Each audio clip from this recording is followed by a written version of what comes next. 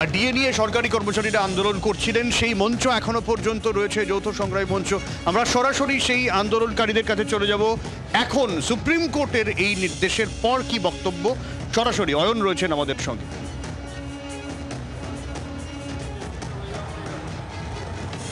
দেখা সব্যসাচী, আমার সহকর্মী অনবাংশু যে বিষয়টা বলছিল যে একাধিকবার এই তারিখ বদলেছে, সুপ্রিম কোর্টের মামলার রায় কবে ঘোষণা হবে সেই তারিখ বদলেছে। ঠিক কিভাবে যৌথ সংগ্রামী মঞ্চ দেখতে পাচ্ছ আমার পিছনে যে পোস্টার রয়েছে, 841 দিন ধরে যৌথ সংগ্রামী মঞ্চের তরফ থেকে অবস্থান বিক্ষোভ তার আন্দোলন চালিয়ে যাচ্ছেন। তারপর অবশেষে সুপ্রিম কোর্টের তরফ থেকে একেবারে রীতিমতো জানিয়ে দেওয়া হলো 25% ডিএ দিতেই হবে।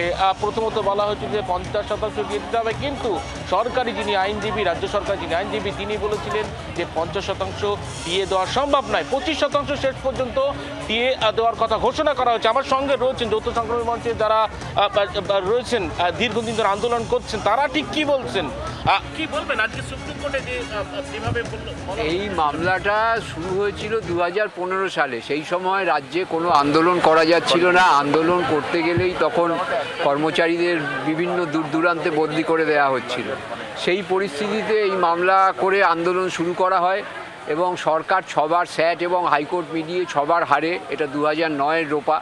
এবং এই টাকা, সমস্ত টাকা বহুদিন আগেই, মানে আজ থেকে 10 বছর আগেই রাজ্য সরকারি কর্মচারীদের 3.5 লক্ষ পদের পুরো টাকা এবং বোর্ড কর্পোরেশন, পঞ্চায়েত, শিক্ষকদের 60% টাকা রাজ্য সরকার পেয়ে গেছে।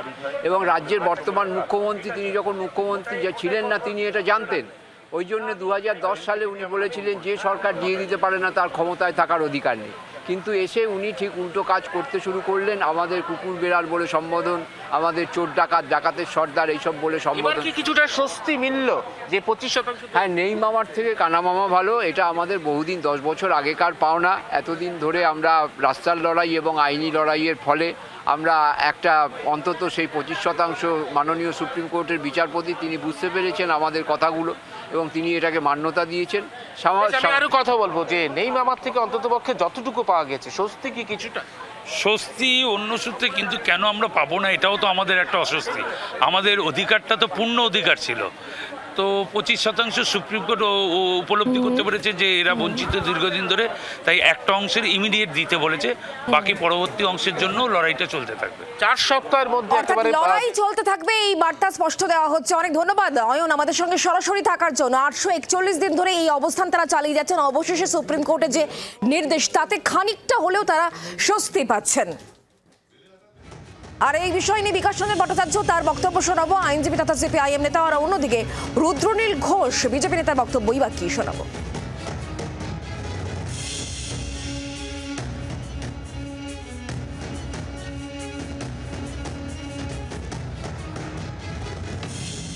ডিএ নিয়ে এই রায়টা হওয়াই বাঞ্ছনীয় ছিল।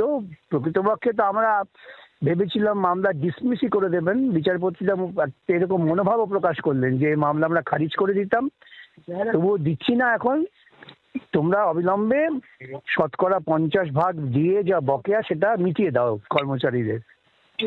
সরকারের পক্ষ থেকে ওরা কান্নাকাটি করতে শুরু করলেন যে আমরা এত টাকা পাবো কোথায়, আমাদের টাকা নেই, আমাদের কোমর ভেঙে যাবে ইত্যাদি কাঁদুনি গাওয়ার পর বললেন ঠিক আছে তাহলে 25% বকেয়া টাকা দাও। টাকা তোমাদের দিতেই হবে, 25% টাকা দাও, তারপরে আমরা শুনবো এই মামলা আগস্ট মাসে। এইটাই হচ্ছে আজকে সুপ্রিম কোর্টের রায়।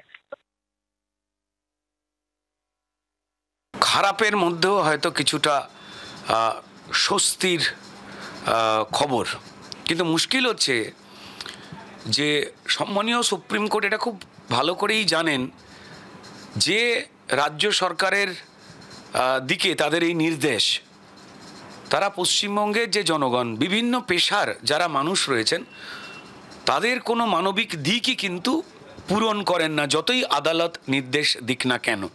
তো তারা এই 25% দিতে নানান ধরনের ঘুরপথ অবলম্বন করবেন। আমার মনে হয় যে যদি দেয় ভালো, সেই আশায় অবশ্যই আমরা থাকবো।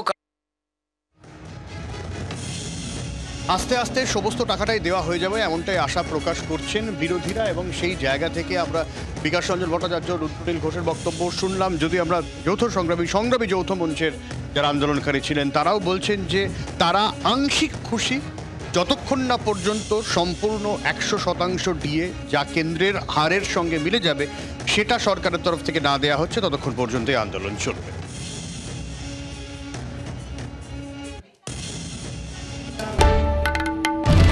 বাংলার আওয়াজ, বাঙালির আবেগ, জি 24 ঘন্টা।